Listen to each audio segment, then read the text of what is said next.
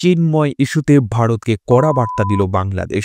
বাংলাদেশ সম্মিলিত সনাতনী জাগরণ জোটের মুখপাত্র ও চট্টগ্রামের হাটহাজারীর পুণ্ডরিক ধামের অধ্যক্ষ প্রভু চিন্ময় কৃষ্ণদাস ব্রহ্মচারীকে গ্রেপ্তারের ঘটনায় ভারতের দেওয়া বিবৃতির কড়া প্রতিবাদ জানিয়েছে বাংলাদেশ। গত মঙ্গলবার পররাষ্ট্র মন্ত্রণালয়ের এক প্রেস বিজ্ঞপ্তিতে এই প্রতিবাদ জানানো হয়। পররাষ্ট্র মন্ত্রণালয় বিবৃতিতে বলছে, বাংলাদেশের অভ্যন্তরীণ একটি বিষয়ে গত মঙ্গলবার গণমাধ্যমে ভারতের পররাষ্ট্র মন্ত্রণালয়ের জারি করা একটি বিবৃতিতে বাংলাদেশ সরকারের দৃষ্টি আকর্ষণ করা হয়েছে। বিবৃতিতে বলা হয়, অত্যন্ত হতাশার সঙ্গে বাংলাদেশ সরকার উল্লেখ করছে, শ্রী চিন্ময় কৃষ্ণ দাসকে নির্দিষ্ট অভিযোগের ভিত্তিতে গ্রেপ্তার করার পর থেকে কিছু মহল তার গ্রেপ্তার ইস্যুকে ভুলভাবে ব্যাখ্যা করছে।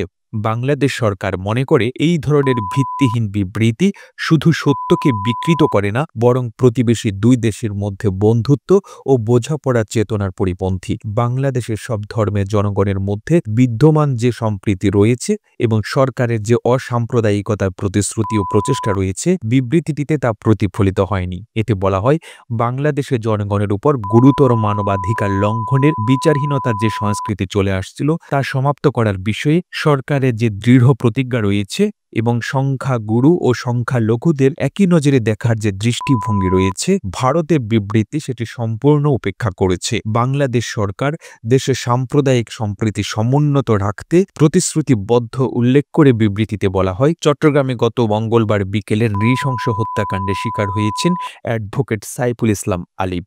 এ হত্যাকাণ্ডের ঘটনায় বাংলাদেশ সরকার গভীরভাবে উদ্বিগ্ন। যে কোনো মূল্যে ধর্মীয় সম্প্রীতি বজায় রাখার জন্য কর্তৃপক্ষ বন্দরনগরীতে নিরাপত্তা জোরদার করেছে। এর আগে চিন্ময় কৃষ্ণ দাসের গ্রেপ্তার ইস্যুতে এক বিবৃতিতে ভারতের পররাষ্ট্র মন্ত্রণালয় জানায়, বাংলাদেশ সম্মিলিত সনাতন জাগরণ জোটের মুখপাত্র চিন্ময় কৃষ্ণ দাসকে গ্রেপ্তার ও জামিন নাকচ করার বিষয়টি আমরা গভীর উদ্বেগের সঙ্গে লক্ষ্য করেছি।